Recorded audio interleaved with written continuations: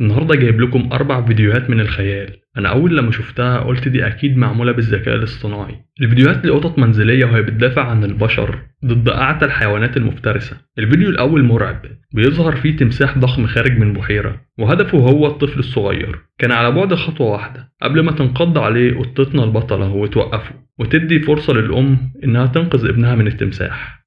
الفيديو رقم 2، كاميرا منزلية بتصور دب مفترس وهو بيحاول يقرب من الطفل الصغير.